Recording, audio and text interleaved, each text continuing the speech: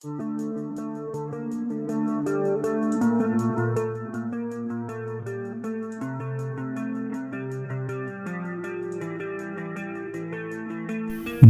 menjelang kiamat nanti akan terjadi sebuah fitnah akhir zaman yang sangat luar biasa, yang berasal dari Dajjal laknatullah alaih. Awal kemunculan Dajjal, ia mengaku sebagai utusan Tuhan. Namun tak lama berselang, ia mengaku bahwa ia adalah Tuhan. Sampai saat ini, Dajjal masih dipenjara oleh Allah di sebuah pulau hingga sampai waktunya tiba. Atas izin Allah, ia akan dilepaskan dan membuat fitnah di seluruh dunia. Dan sampai saat ini, tak seorang pun yang tahu di mana keberadaan pulau tersebut. Dan tidak ada satu orang pun yang pernah bertemu Dajjal kecuali satu orang ini, yaitu seorang yang berasal dari Palestina yang secara tidak sengaja bertemu dengan Dajjal. Kisah ini pun ada di dalam hadis Nabi yang diriwayatkan oleh Fatimah binti Qais. Karena itu, di video kali ini kita akan membahas tentang pertemuan Tamim Ad-Dari dengan Dajjal. Assalamualaikum warahmatullahi wabarakatuh. Saudaraku yang dimuliakan oleh Allah, semoga kita selalu dalam keadaan sehat walafiat. Amin ya rabbal alamin. Tamim Ad-Dari merupakan seorang Nasrani yang bekerja sebagai pedagang. Ia sering mengunjungi negeri Arab untuk berdagang. Ia biasanya melakukan itu melalui jalur laut, yaitu menggunakan perahu bersama dengan teman-temannya untuk bertolak dari Palestina menuju negeri Arab. Ketika kapal mulai berlayar dan sudah jauh meninggalkan tanah Palestina, tiba-tiba terjadi sebuah badai besar dan ombak tinggi yang menggulung-gulung. Kapal mereka ini terombang-ambing di lautan selama 1 bulan hingga terdampar di suatu pulau yang wallahu a'lam tidak tahu di mana persis lokasi pulau ini. Singkat cerita, mereka pun keluar dari kapal mereka dan mulai menyusuri pulau tersebut. Ketika mereka sudah mulai memasuki pulau itu, mereka menjumpai seekor hewan yang besar dan memiliki bulu yang sangat lebat.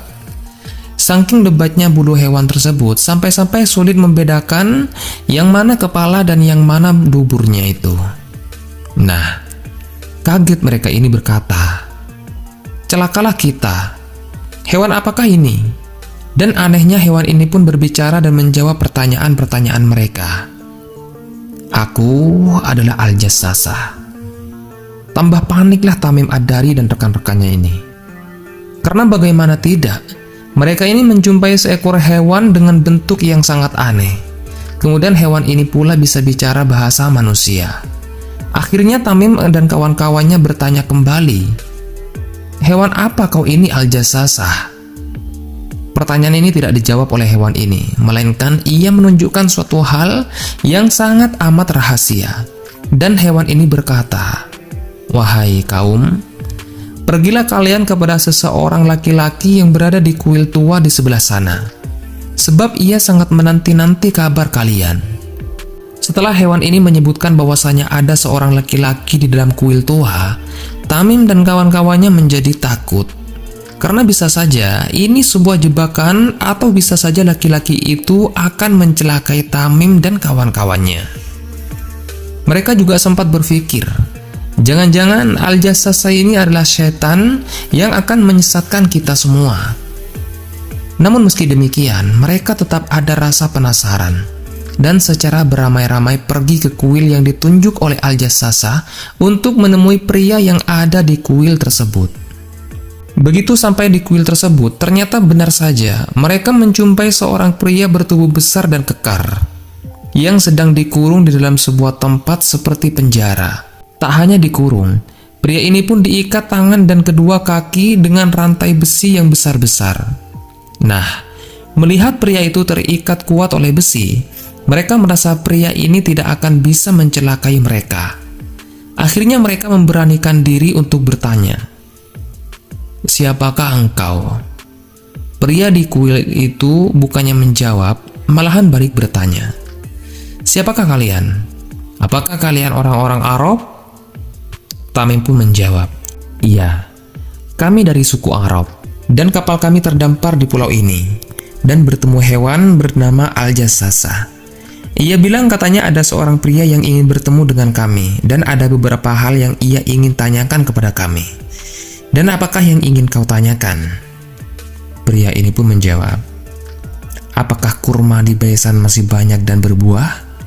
Mereka menjawab, ya, kebun kurma di Baisan masih berbuah. Dan pria ini menjawab, hingga pada masanya akan tiba kebun kurma di Baisan akan benar-benar tak berbuah. Kemudian pertanyaan selanjutnya, apakah danau Tiberias masih ada? Akhirnya mereka menjawab, ya, danau itu masih berlimpah airnya dan digunakan oleh orang-orang untuk keperluan hidup sehari-hari. Pria ini berkata lagi, hingga pada masanya akan tiba danau Tiberias itu akan benar-benar kering dan tak akan ada airnya. Lalu apakah sumur Zuhor masih ada airnya? Dan warga di sekitar sumur masih memanfaatkan airnya untuk bercocok tanam? Mereka menjawab, iya, sumur itu masih ada airnya dan menjadi penopang kehidupan warga sekitar sumur. Pria itu pun menjawab, hingga pada masanya sumur tersebut akan benar-benar kering. Lalu pertanyaan terakhir dariku, apakah di Arab sudah ada orang yang mengaku nabi? Dia lahir di Makkah dan hijrah ke Madinah? Dan apakah nabi itu diperangi oleh orang-orang Arab? Iya. Iya betul. Nabi itu sudah ada di tengah-tengah masyarakat Arab. Jawab Tamim dan kawan-kawannya. Pria ini menjawab, nabi itu lebih bagus apabila mereka mentaatinya, karena ia adalah sebuah kebenaran. Nah, dari keempat hal yang ditanyakan pria itu, apabila keempat-empatnya sudah terjadi, maka tak lama lagi pria tersebut akan bebas dari belenggunya, dan ia akan menjelajahi seluruh permukaan bumi. Jadi pria ini akan singgah di semua tempat, baik itu perkampungan atau perkotaan. Namun ada dua tempat yang ia tidak akan mampu untuk mendatanginya, yaitu kota Makkah dan Madinah. Karena nantinya, kedua kota ini akan dijaga oleh para malaikat, dan setiap kali ia akan memasuki Makkah dan Madinah, para malaikat ini sudah siap dengan pedang di tangannya untuk dihunuskan, dengan maksud menghalangi agar pria ini tidak bisa masuk ke kota itu. Pria ini akan mengelilingi seluruh daerah bumi selama 40 hari untuk menyebar fitnah yang sangat luar biasa, dan akan sangat banyak orang yang akan menjadi pengikutnya. Terakhir, pria ini berkata kepada Tamim dan kawan-kawannya, aku adalah Al-Masih Ad-Dajjal. Jika aku sudah keluar, maka pada saat itu dunia sudah memasuki fase kiamat.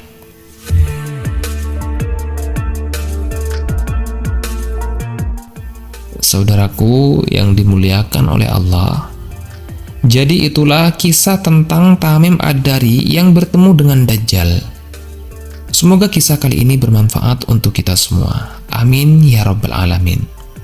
Saya akhiri. Wassalamualaikum warahmatullahi wabarakatuh.